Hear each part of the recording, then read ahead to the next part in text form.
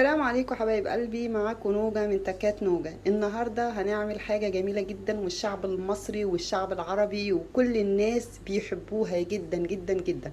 هنعمل البتنجان المخلل بس بتكات نوجة. البتنجان المخلل هيعجبكم جدا، وهتقدموه على سفرتكم، وهيكون طبق رئيسي على السفرة بتاعتكم، لانه فعلا بيبقى رائع جدا في الاكل، وخصوصا لو اتعمل بالطريقه اللي انا بقول لكم عليها دي. ولما هتجربوها هتدعوا لي دعوه حلوه ان شاء الله. خليكم معانا هوريكم المكونات بتاعتنا. معايا جزر مبشور، ليمون، معايا توم دقاه بفلفل حراق وفلفل رومي اهو، وليمون. طبعا ما بحطش خل خالص للبتنجان المخلل. معايا فلفل رومي مقطعاه شرايح، ومعايا فلفل اخضر عادي الوان بقى اهو. تمام. ومعايا البتنجان الحلو بتاعنا ده اهو. هنقطعه واوريكم هقطعه ازاي. بتبقى بطريقه سهله جدا، ومش محتاجه ان انت تقطعيه بعد الاكل ولا اي حاجه، هتاكليه على طول. ومعايا طماطم هوريكم هنعمل ازاي. خليكم معايا اوريكم الطريقه. معايا البتنجان اهو، الزيت سخن. بسم الله.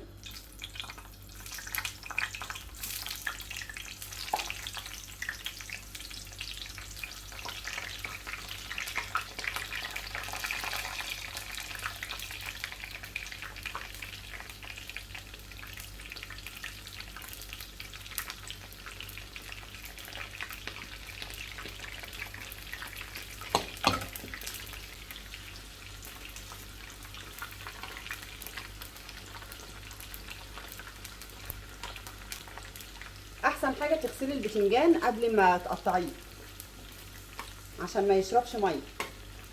اهو هيستوي وارجع لكم. عندي بصلايه هقطعها حلقات عشان اوريكم الطبق يكون كامل ازاي. تمام.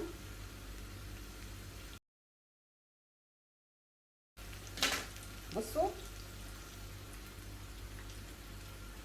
تبقى كده حلقات كده، نفرغها بقى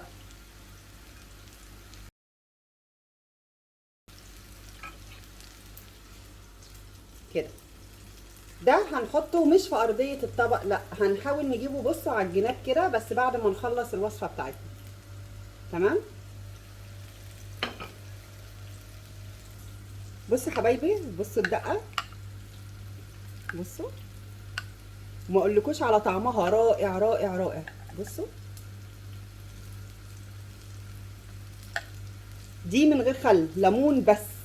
حاطه ملح وشويه كمون وفلفل حراق وفلفل رومي وتوم طبعا. بصوا حبايبي، انا مش عايزاه متحمر قوي. حطيت طبق فيه أي. حطيت طبق فيه منديل عشان انا عايزاه يتصفى من الزيت، عشان ما يحماش على قلبنا يعني. كفايه ضغوط الحياه اللي علينا يعني، الحمد لله.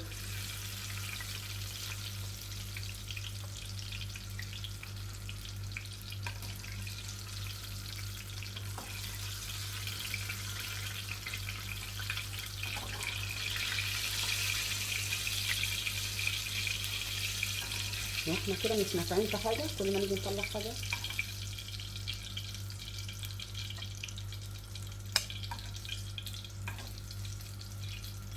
اهو. تمام. هنسيبه يصطفى قبل ما الفلفل يتعمل. بصوا بقى، اول ما نحط الفلفل نقلبه تقلبتين ونطلعه. أيوة. مش عارفه انا فضلت في القلب.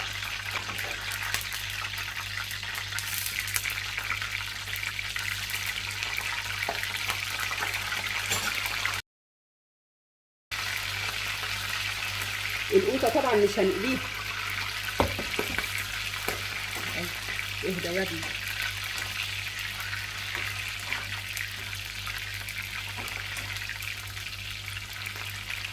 اول ما يديكي الالواء اللون ده كده طلعيه.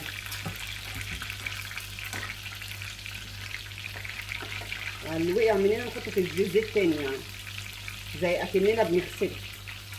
بصي لما يدينا اللون ده كده نطلعه. يخرب بيتك. اكيد اللي فرقعت دي ما اتفتحتش من الجنب.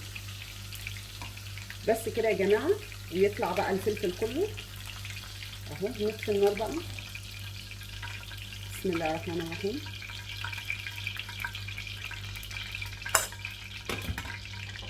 واهو الطبق بتاعنا هنخلصه بقى. تعالى اقول لكم بقى نعمله ازاي. تعالوا بصوا حبايبي اهو. نعمل ايه بقى؟ احنا حطيناه على الزيت على البتاع يتصفى. تمام. تعالى انت كده عشان الكاميرا. نفضيه كله كده هنا كده في الطبق اهو. بسم الله الرحمن الرحيم. بصوا يا جماله يا جماله. نجيب الجزر، ناخد شويه منهم كده على ايه البتنجان من غير توم يا نوجه. ايوه من غير توم. والشويه التانيين هنحطهم على البصل اللي احنا عملناه اهو. نفرشهم كده عشان نزين الطبق بتاعنا. بصوا تمام. هناخد التوم اللي احنا عملناه، بس الاول نخلي القطيتين دول الطماطمتين دول اهو كده. ناخدها كده ونحط نقطه بس كده اهي كده، ونحطها على الطرف كده.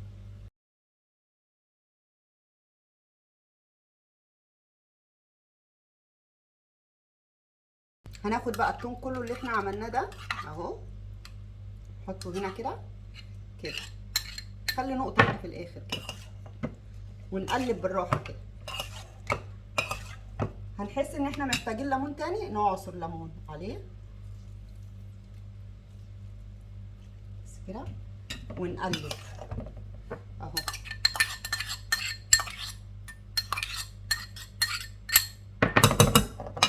بسم الله الرحمن الرحيم. ليه بقلبه في طبق لوحده؟ عشان الخلطه كلها تدخل جواه، لان لو حطيته وحطيت عليه الخلطه في الطبق بتاع التزيين مش هيبان، مش هعرف احركه. تمام اهو كده خلص كله معايا اهو. بس بقى نحطه بقى هنا.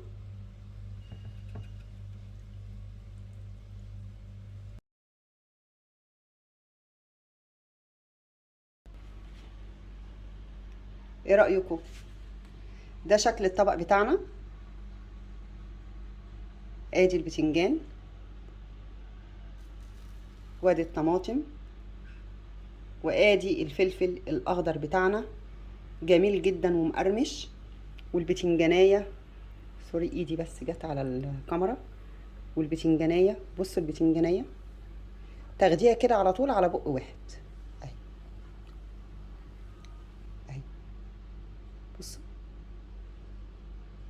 اعملوه بالطريقه دي هيعجبكم جدا جدا جدا والله، وطعمه رائع رائع رائع. قولوا لي ايه رايكم في الكومنتات، ولو عايزين اي وصفه تانية قولوا لي وانا اعملها لكم. اتمنى ان الناس كلها تشترك في قناتي، واتمنى ان انتوا تعملوا لي لايك لو عجبكم لو عجبتكم الوصفه. هي حقيقي وصفه صغنونه وكده وكل الناس بتعمله، بس التكات الصغيره دي بتفرق معانا في الطعم. واتمنى لو الفيديو عجبكم تعملوا لي لايك وتشتركوا في القناه.